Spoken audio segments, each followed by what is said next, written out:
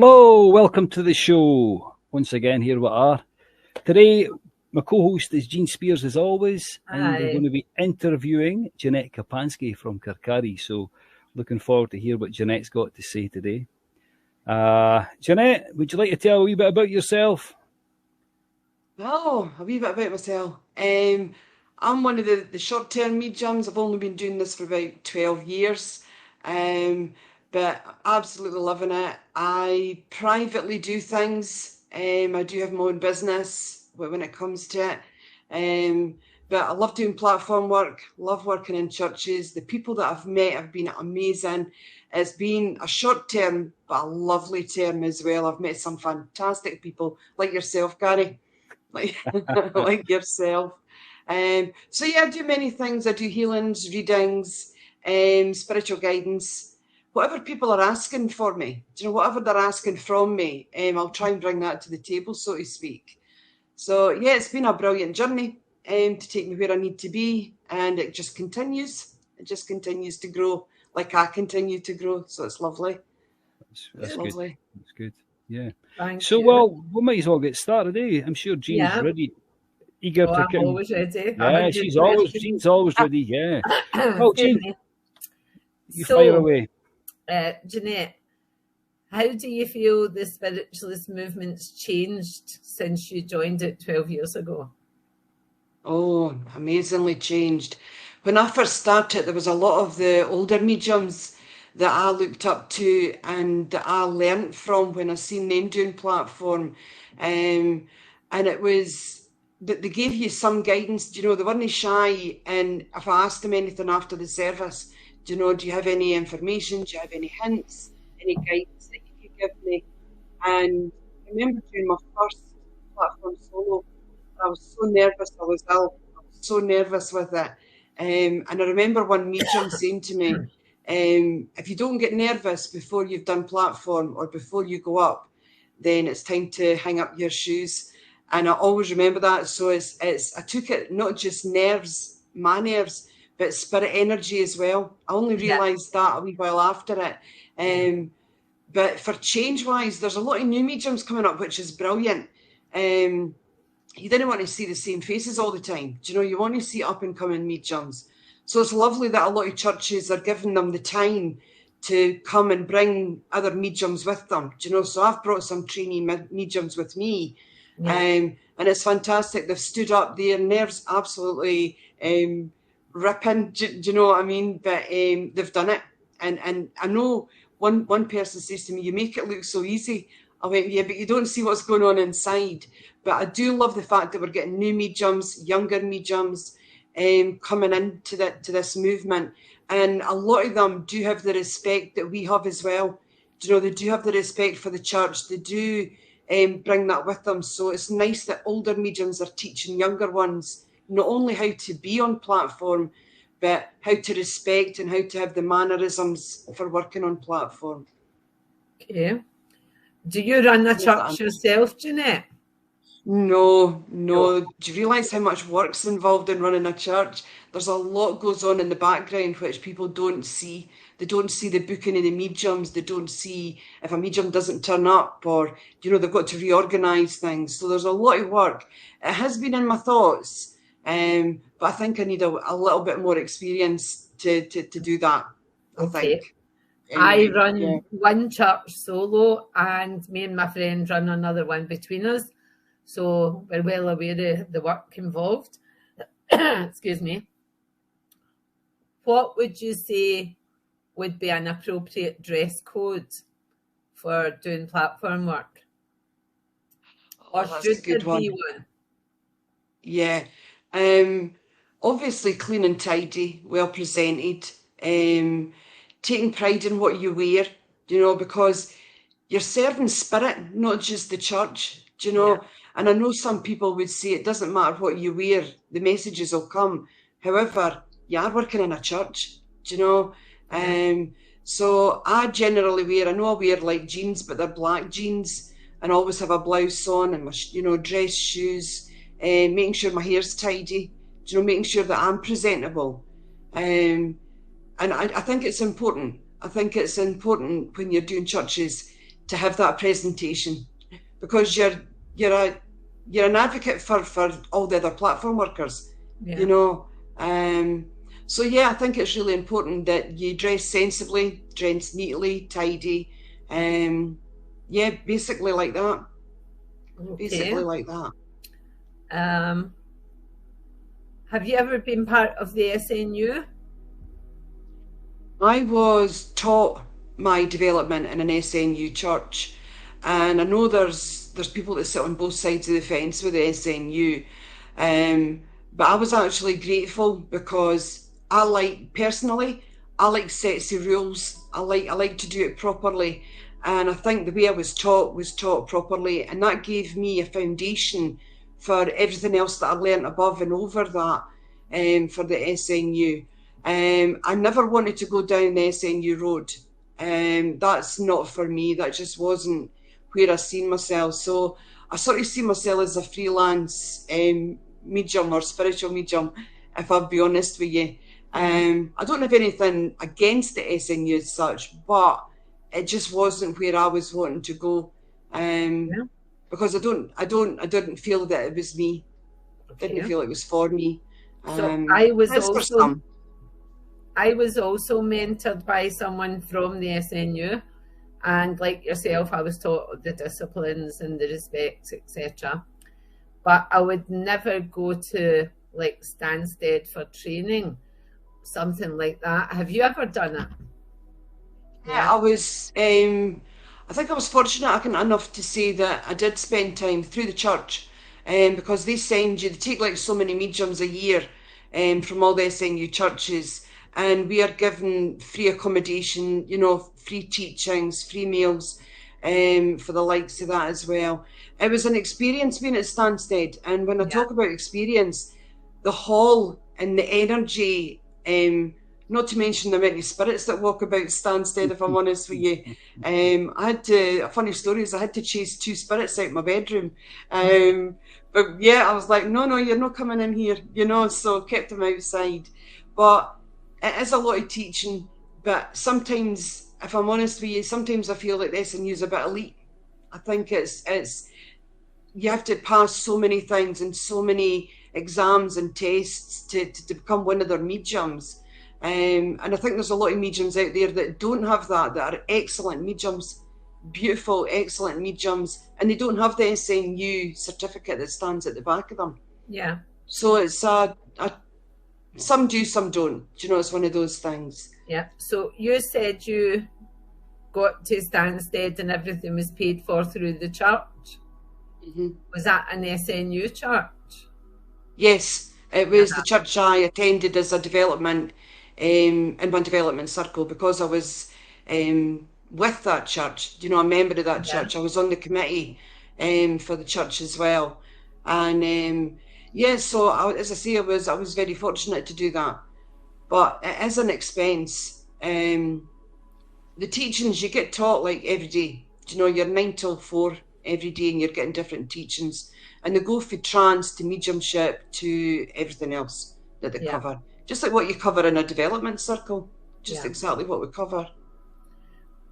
Most of the mediums, well, we've spoken to another few, and they think that it's discrimination against ordinary people.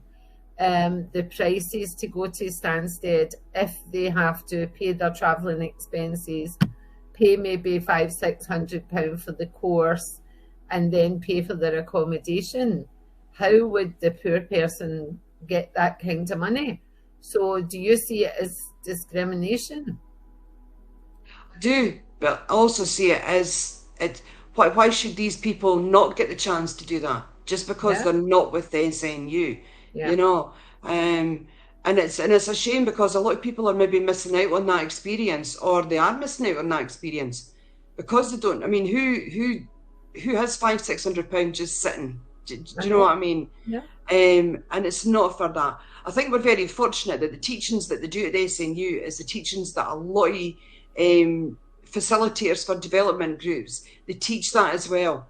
So you're getting taught the same things as what you're getting taught down there. Which in my experience, I got taught just exactly the same stuff as I did in my development circle. Yeah. So if you're in a really good development circle, you're getting taught exactly the same stuff. Yeah. You know, and I think people need to be aware of that. So fortunately, we've got a lot of good development teachers. We sure have.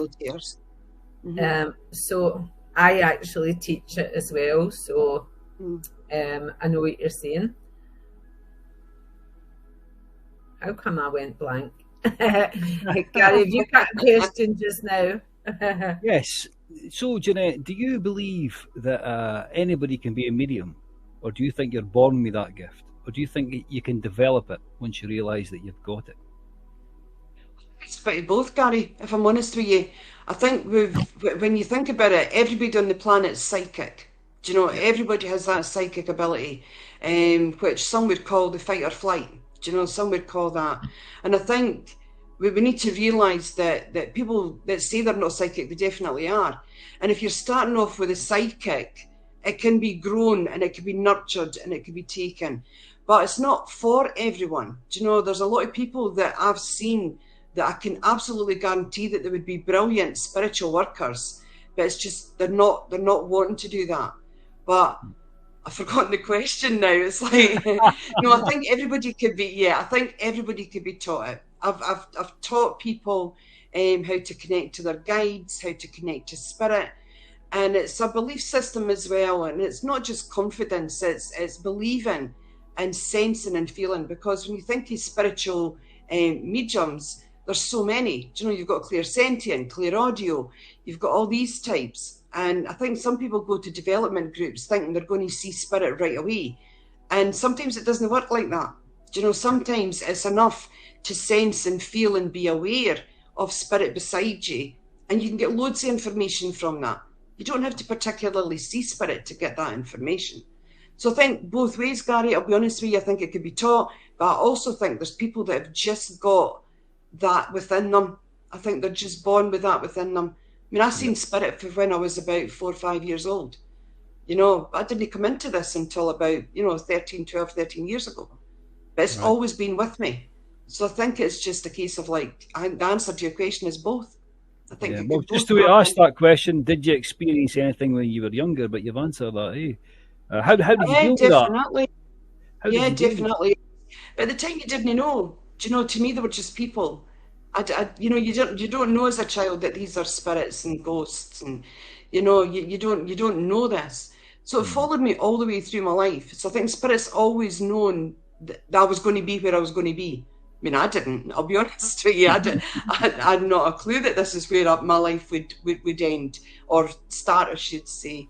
So yeah, it's been a great experience with spirit. I mean, I've seen both sides of spirit. Do you know? So yeah, lovely experiences. Once you understand it. Yeah. So what brought you to start developing your spiritual gift? Well, that's quite an amusing story, I have to say. A friend of mine asked if I wanted to go to a meditation class, and I thought, well, I could do a bit of that. That sounds really good. So I went in. I didn't even know it was a church. I went into. That's how green I was. Went up the stairs to this church. We all sat in a circle, and we got asked to close our eyes. And I thought, oh, here we go. Do you know, bit of meditation. This is lovely. And the meditation lasted about like 10 minutes, and I thought, well, that's not very much. Do you know what I mean? And then the next thing, the teacher had put us into pairs and gave me a set of ribbons.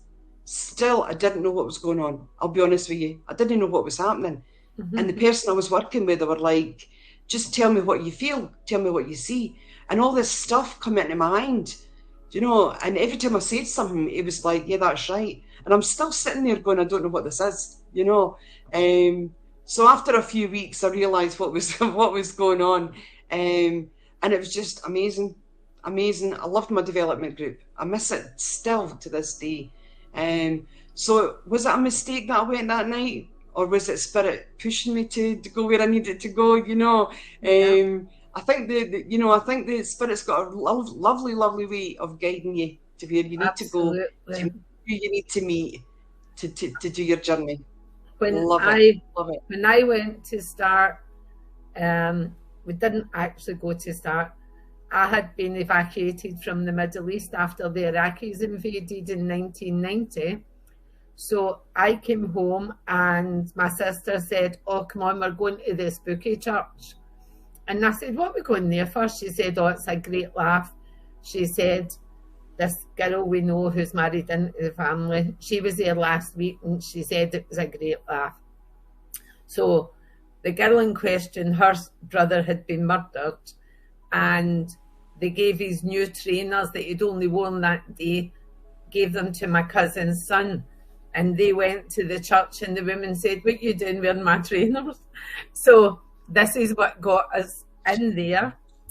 And I said, we'll just sit at the back seat out the road. So we sat in the back seat. The medium went up, she went, shh, I need to come to you. Your dad won't she? And I was like, and that was me, rattled. So I went for a laugh and came home in tears.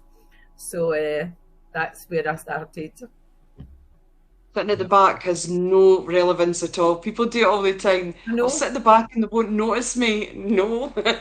Now I sit in the front miles away. You can't hide, eh? No. You can't hide. That's right. So have you got another question, Gary, please? Yes. How do you deal with the responsibility when you're giving a reading to someone that's grieving? How do you approach it?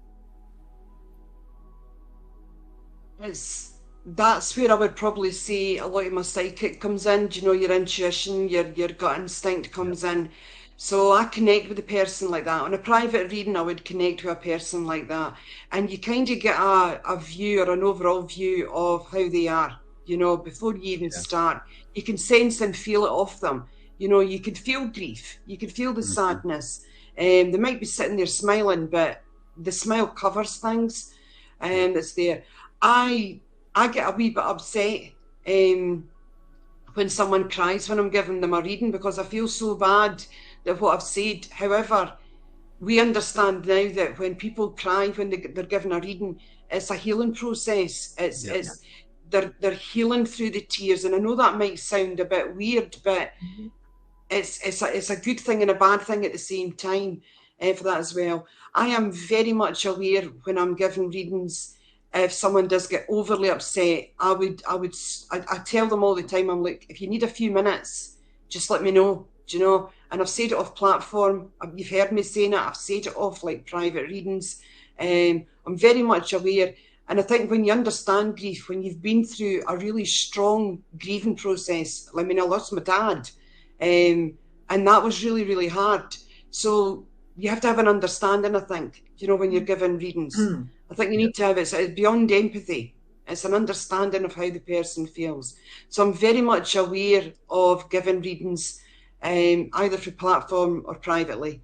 And I will give the person time. You know, I will give them a glass of water or let them, you know, sit quiet for a minute or two. And if they want me to proceed, then I will. But they usually do want you to keep going. They want to hear that, even though they're sitting crying or being a little bit upset. So I'm very much aware of the empathy and how I work with people, because you know what it's like yourself to get a reading. Do you know, if you've got a reading for someone special and you do feel that emotion, you feel that emotion from the person in spirit, and you also feel it for the person you're giving that message to. So yeah, I'm very much aware of that, Gary. I wouldn't go in with tacky boots. Do you know, I think we need to respect not just spirit, but the person that you're reading for. Do you think spirit sends people in our direction because we're the right people to give them the reading because of our own experiences? Absolutely.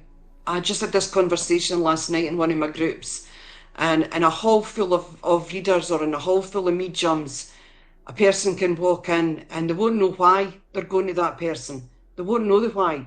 You know, they'll just be drawn to a certain person. And I think it's because that medium has been,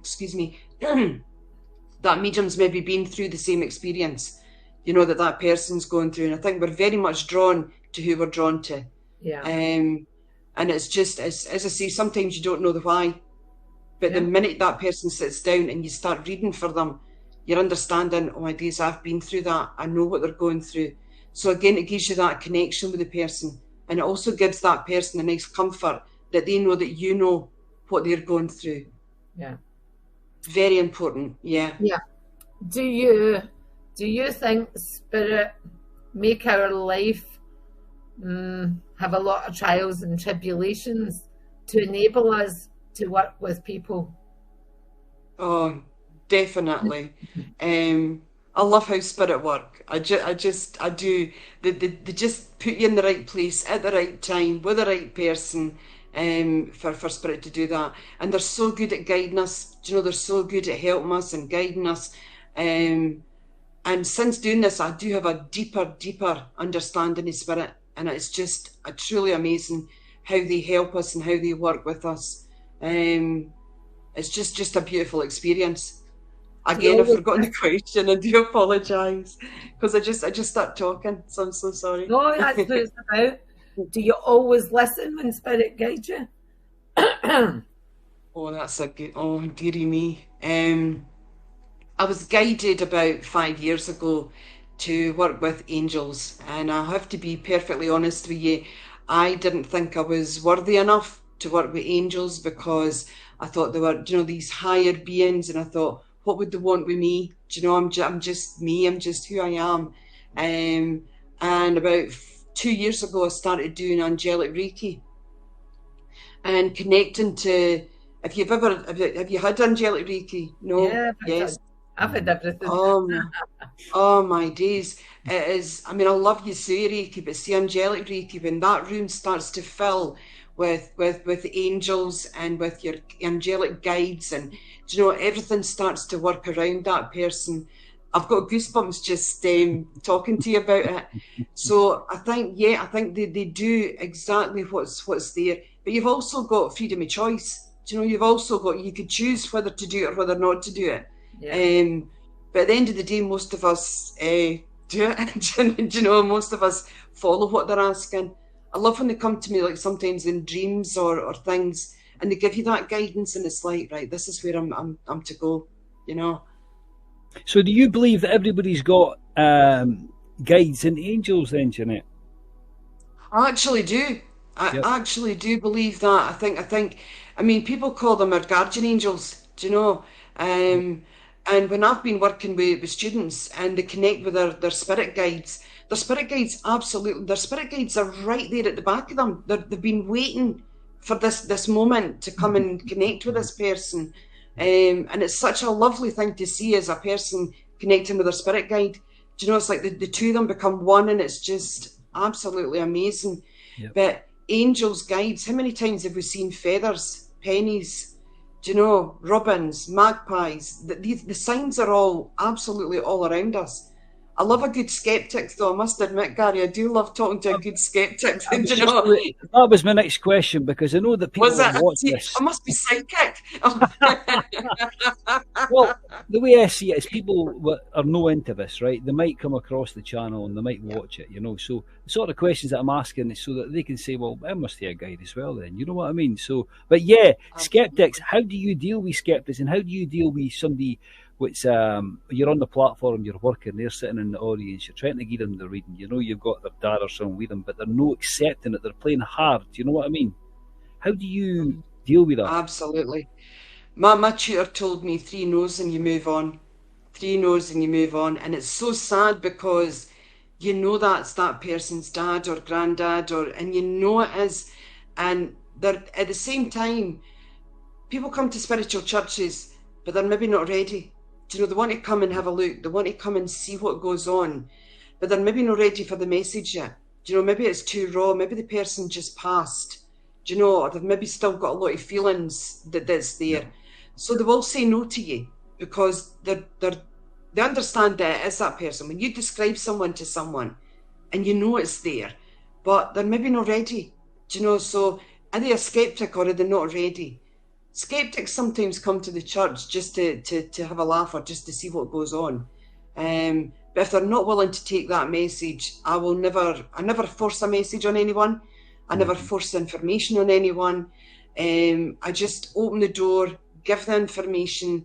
If they take it, they take it. That's great. But sometimes people have come to me later or weeks after it, and they've like, do you know what? I had a wee think about that, and I went, and you didn't want to say, yeah, no, but you know, do you know? And it's like, but it's so glad, I'm so pleased that they've maybe thought about it for a couple of days or a couple of hours, and then they're able to take the message. They're able to take what's gifted to them. So skeptics, I do love a good skeptic. I had one experience when I was staying at a bed and breakfast, and the wife was right into this, absolutely loved all this spiritual stuff. Husband, total skeptic, you know. And so he turns to me and he says, all right, if you're that good, how many children have I got? And I said, you've got 3. And I was so thankful Spirit was giving me this information. And he went, no, I've only got 2. And his wife says, well, what about, what about your son to your first wife? He went, oh yeah. He went, aye, that'll be 3. And then he turns and he goes, well, what's the name of my first child?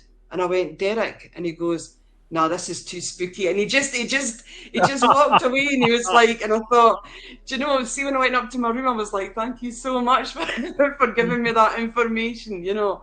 How could you pull a name like that out of your hat? Yeah, you know, how could you do that? But he was so lovely about it, you know. I think sometimes we have people come to the church and they so want a message, but they maybe are skeptical about what's going to come out. So if they were abused or, you know, something traumatic happened to them, they're scared in case that's going to come out. So I think what you're saying is right.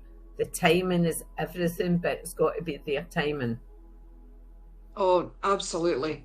Absolutely. I mean, the first thing I say before I start working on platform is I don't give private information in public. I will never, even if they give me it, I won't say it in public. Do you know, if it's something like that, I won't say it. I'll wait till the end of the service, and then, or I'll say, you know, I'll speak to you after the service, and I will take that person privately, and I'll take them away for everybody that's there, and then I'll give the information that's needed for the person.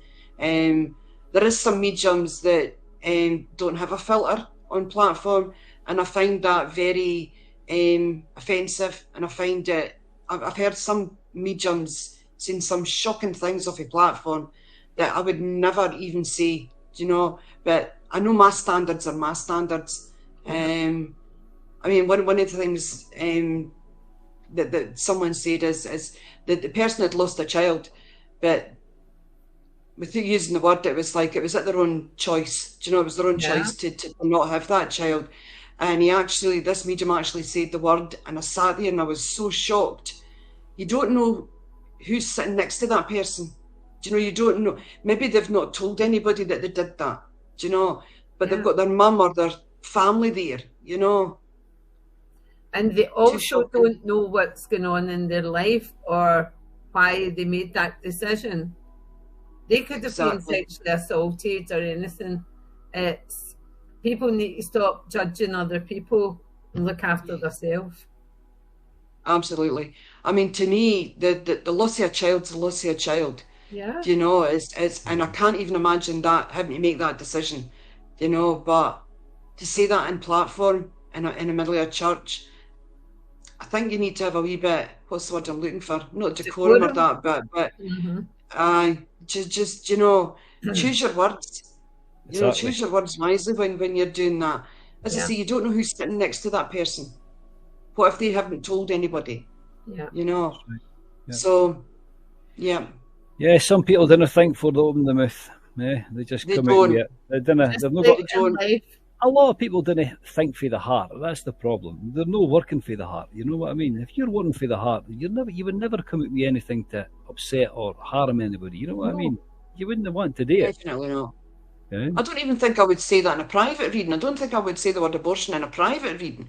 I'm very much aware, like all spiritual mediums, if I see children in spirit, that's all I say. It's like, could you understand 2 children in spirit? That's all that needs to be said. That's right. You don't need to know the whys or the whats. No, but you can see a miscarriage. Do you know, exactly.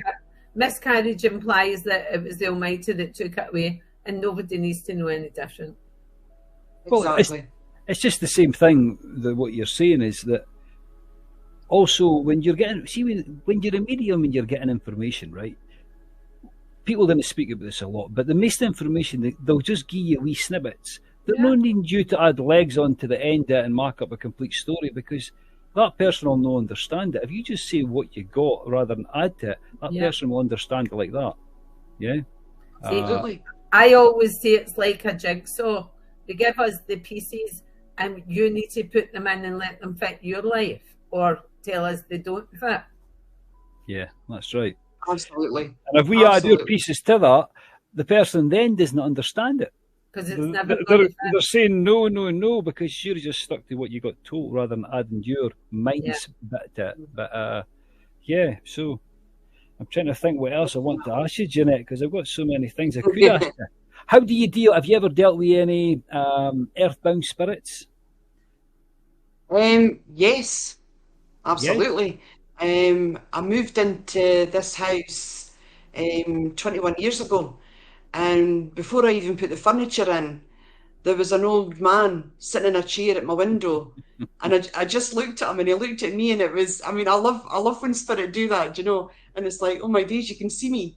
And I was like, yeah. So he told me his whole life story. This spirit person told me his whole life story. And I says, look, I didn't mind you being here, but we're moving in, you know. And he stayed for a couple of years, and then I haven't seen him for a wee while. And this house used to be two houses. So it was two different energies that you're getting upstairs and downstairs. And there was a wee girl used to run along the corridor, well, the hall upstairs. Do you know, I would hear her, and I've seen her a few times. My daughter's seen her, which is lovely. And often I would shout upstairs, and I'm like, could you stop the noise? And my kids are like, we're not making any. I wasn't talking to you. I was talking to because she would bounce a ball along the top landing. It was just amusing. I've never experienced like living spirits before, so it was really good. It was really nice. So even to the point of helping someone move on in my friend's sister's house. And he was a lovely gentleman, but what he was is she knew him because I described him, and she says, well, that's such and such. He used to stay across the road. And what he'd done was he'd come through, obviously in spirit, he'd come through, and because she was going through a bad time. So he'd just come through to like help her, watch over her. And I says to the lass, I went, look, he's not here to harm you. She went, oh no, he was a lovely man, you know, when I knew him. I says, he's just here to look after you. And when she started feeling better and getting better, I went back, and the gentleman, he says, that's fine. He says, I've done what I came for. So that's how he came through to her home, and he stayed with her for a couple of months until she was okay. And then he went back to his wife in spirit. These are lovely stories. Do you know, these are lovely experiences. Yeah. Lovely experiences. Just what somebody says, I know. Somebody said, yo, Jeanette, you should write a book. I went, I've not got the memory for all that. I've got it because I'm talking to you. In my last house, my youngest son and myself heard the wee girl running about the top landing and up and down the stairs. So we never gave it a thought. But then my oldest son came back to stay for a wee while. So I went out to pick up my youngest son, and when I came back, he said, there's somebody running about upstairs. And the both of us said, we know. He said, no, you don't know, because you weren't in. I went upstairs and there was nobody there. And the both of us said, we know. And he's like, well, why don't I know? Because when you were upstairs, you had your headphones in and head-banging music. So that's why you don't know. But it's good. It's good. Some spirits in the house are lovely, eh? They're just, they're just lovely. It's like, yeah. Not everybody's keen on them though. Do you know what I mean? Well, in our old house, we used to have one. Used to be sitting in the living room, and then you just finished the Hoover, and you put the Hoover away in the cupboard, and then you're sitting there watching the telly. Next thing you know, the Hoover comes on. You go out in the lobby, and the Hoover's out plugged into the wall. You're like, what's going on? Do you know what I mean? That's their way in getting your attention. Absolutely. You know what I mean? Absolutely. Absolutely. Yeah. I mean, why don't they do the hoovering? Do you know? Well, exactly. Yes. Do you know, if you're going to switch it on, get it used, you know? Exactly. When we moved into this house, the first day we moved in, we just kind of put the furniture anywhere because we were getting the house done, new windows and all that. So we were sitting and we had one lamp on in the whole house. And my son's 6'3" and he's built at the gable end. And the next thing, the kitchen light came on, which flashed into the living room or the dining room. And my son was right over the back of the seat. How could that happen? And I said, oh, just be your gran, because you know how she's really nosy. She'll be into nosy and see what's what. And he's going, no, that switch is too hard. You need to press it really hard with your finger to get it going. I said, that's if you're pressing it, but save your energy, touching energy. And he's like, no. And I mean, he's a huge, big guy, but the joys. Definitely. Jeanette, how do you deal when you're given a reading, right, say for a platform, and you've got your communicator and they're wanting to speak to the person about somebody's addiction that's sitting in the audience? How do you go about addressing that? Oh, because sometimes I'll smell it. Do you know, I'll smell, or they'll just make me aware, they'll just show me one. Do you know, they'll show me like a joint, or they'll show me like stuff like that. Are you okay to come out with that, though? Are you okay to come out with that on a platform to somebody sitting in the audience? I wouldn't personally come out with that on platform, because again, right, that's like losing a child. That's that. I kind of massage it a wee bit, sorry. And what I would probably say is understand that, you know, spirits tell me that you're going through, you know, like a low period or a bad time, or you know, they're understanding that your mind's not your own, or you know, so I'll make other references. And like I said earlier, that's what I do. Do you know, I don't do private and public, but I do say to people, I will give you pieces of information around it, and hopefully you could get what I'm talking about. And I would say maybe 8 or 9 times out of 10, people get it. They get what I'm meaning, because spirit give you the words, and they give you the tone, and they give you what's needed to be said, for that as well. And there was a young lad that I just knew, you know, not just by looking at him, you know, I'm not that judgmental, but his granddad come through, and his granddad showed me stuff, and you know, but he was in the process of coming through it, you know, like coming off it and coming through it.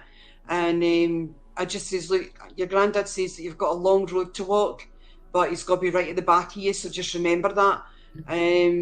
So there is that. There is, I think, as I said earlier, you just need to be careful, Gary. You just didn't know who's there, you know. That's right. How it's going to affect that person. Do you want your personal business, you know, banded about a public place? But there is mediums out there, is the point I'm trying to say, that will come out with anything. You know what I mean? They're not caring if they're affecting that person sitting in the audience or playing with their mental health. There's people out there just about their selling their ego. You know what I mean? And ego! Oh my days! Yeah. I said that. I told Gary this the other day. I said to a girl in the church, "You'll understand who's got the tray."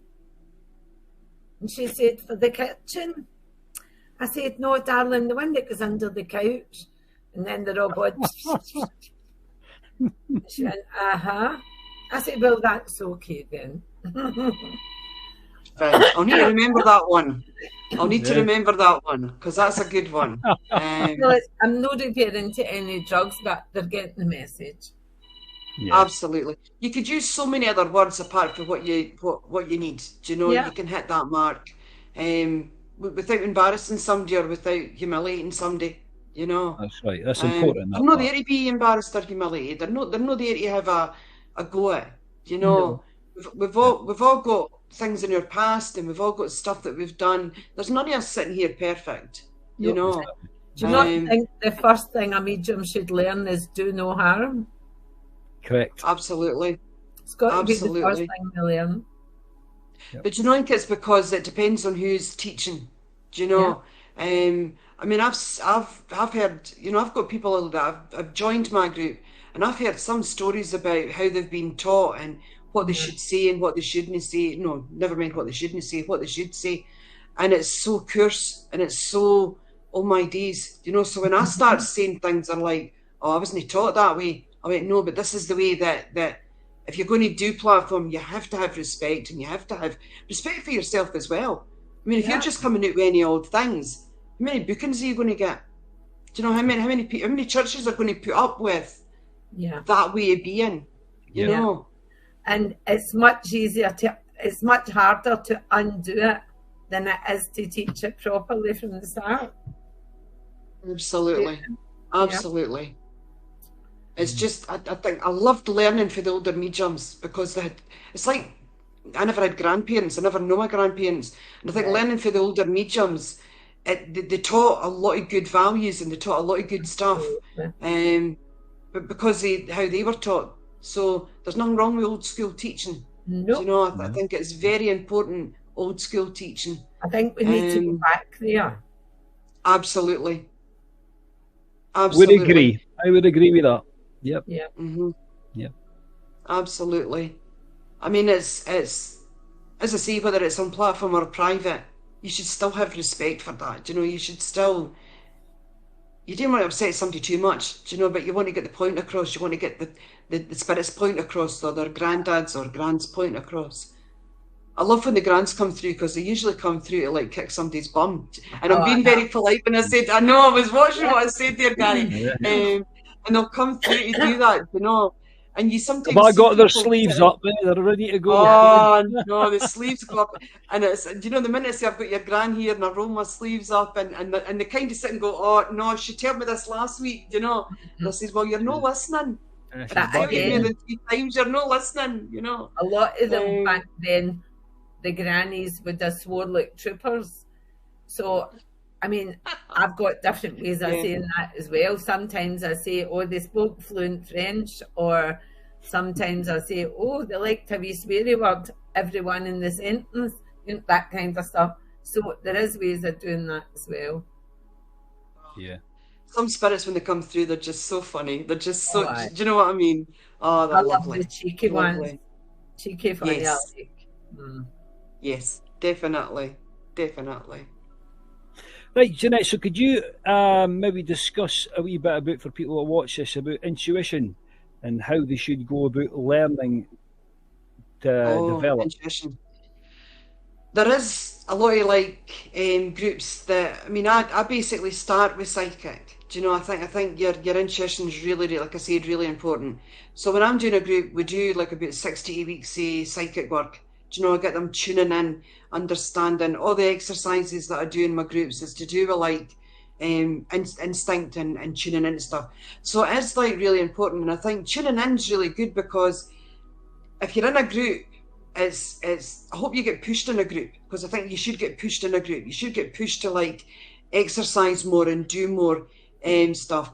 Intuition's a hard one because it's that, like I said earlier, it's understanding what you're feeling. Now, how many times have you, and this will probably resonate with loads of people out there, how many times have you done something, then after it, you're like, oh my God, do you know what? I didn't feel right before I did it. I felt it in my gut, or I felt it in my stomach, and I shouldn't have. Always joke, it's like, do you know when you have that last drink and you know you shouldn't have? So it's always something like that. Yeah. So it's listening to what your intuition's telling you. And some people, it's like, it's understanding. Take that few deep breaths. If you've got to make a big decision, listen to your gut instinct, listen to your body. What is it telling you every time you think about that situation? Should I get involved with it or should I not? Do you know? So I always tell people, it's like, didn't, you know, fools rush in kind of thing. You know, before any decision's made or before you're doing stuff, just have a listen to what your body's telling you, because it'll eventually, when you start listening to it, you really start hearing it. And when you start hearing it, you start changing things. Yeah. So it is that understanding. Intuition and psychic, it's all the same thing. We've all got it because we needed to know whether that dinosaur was going to eat us or we were going to eat it. We needed to know these things. It's a lovely one, eh? I love that one. I know, it's like, do you know, did I get you here or do I start carving it? That's no good for vegetarians, I do apologise. Start doing that, and I'm not taking the mickey either here. But very much aware that we just need to know. Do you know, we just need to start trusting in our thoughts and in who we are instead of listening to like other people. It's great taking on advice for people, but at the end of the day, it's your decision. Whatever it is, it's your decision to make. Whether to still be friends with somebody, even though you know that they're no right for you or they're wrong for you, or they're always taking advantage of your kindness. You know, we should be cutting these people out of our lives. For that as well. So your intuition's just listening, Gary. It's just listening to your inner self and your inner body, and what does your mind tell you that's right or wrong? We all know what's right and wrong. We just sometimes that's good. forget. That's good, because people that have watched this, they'll get to learn a wee bit of what it means. You know what I mean? Your opinion, and that's what I want. It's basically what it is for this place as well. We get a medium on, we interview them a wee bit about their life, how they cope in society, and what it started for. You know what I mean? And anybody watching can learn for you. They can open up themselves and say, "Wait a minute, I might be interested in going and doing that sort of thing." Yeah, so you've really taught them a wee bit about where to start for you, which is good. Yeah.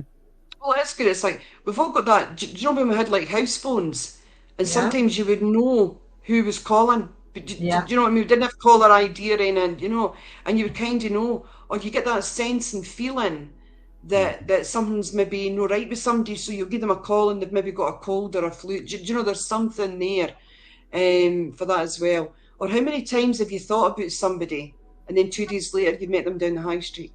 Yep. It's one of those things. Now that's a chicken and an egg one. Did you think about them, and because you thought about them, they're there? Or did you know you were going to meet them, so you thought about them? Yeah. So it's a wee chicken and egg. I love having discussions about that one. But it is the thought process. We think about somebody, a couple of days later, that they're there in front of us in the high street. That's your instinct. That's your intuition that's guiding you and talking to you. Yeah. Everybody will have something like that. Well, that's it. You heard your name being mentioned or called, and you turn round and there's nobody there. That's spirit. That's it. And dinner run away when you hear it. Just say hello. No. What you wanting? I would like to ask you this, right? And I like to ask everybody this, right? Because I feel nowadays that mediums that are out there teaching and hand development circles and doing all these sort of things, they didn't actually explain to the actual people want to learn how they communicate with the spirit world. You know what I mean? How they initially make that connection. And I think if they shared that more, the people sitting there that come to learn would understand how to start a starting point. You know what I mean? A lot of mediums shy away from the question, and they didn't think they can themselves how they connect to the spirit world. You know what I mean? I think, as I say, because I've always had that connection with spirit, it was a wee bit easier for me to do that. But going to a development group honed it. Do you know, it honed it in. I was able to I didn't know I was going about open. Do you know, I didn't even understand that you could open and close. Do you know, I didn't understand something like that. So understanding that I could close off, but you didn't close off 100%, obviously, because you're still aware. But my connection comes through through divine spirit, through my guide. And I work really, I've got a really beautiful guide just now. He's ex-army, ex-CID, and he's quite a strong character, and I needed him for my development to where I was. I think your guides grow with you. You bring in different guides and they grow with you, you know, for that as well. But it's understanding my connection is you have to work at it. Do you know, it's not something that just happens. You have to put a lot of work into it. And like I say to my students, I'll say to them on a Tuesday, did you meditate with your guide? And it's like, oh, I didn't need time, and I didn't need time. And I went, what, you didn't have 15 minutes? Oh, I had 15 minutes. I went, well, why did you not connect with your guide? Yeah. Because it's a relationship, and it's a relationship with your guide that you're having, you know. And I feel a wee bit hypocritical saying that, but not a lot. But it's a good relationship. Once you make that connection with your guide, and it only gets stronger and stronger the more you work, the more you talk. I tell my guide about my day. Do you know, if I've had a good day or that, and I thank him for the work he's helped me with, and I'll sit and have a conversation with my guide, not just about spirit stuff, but about me and about him. And we sit and have a chat about that. So it's really important to make that connection with your guide, and it's really important to make that conversation and have it grow and have it nurtured, and just enjoy the time that you have with your guide.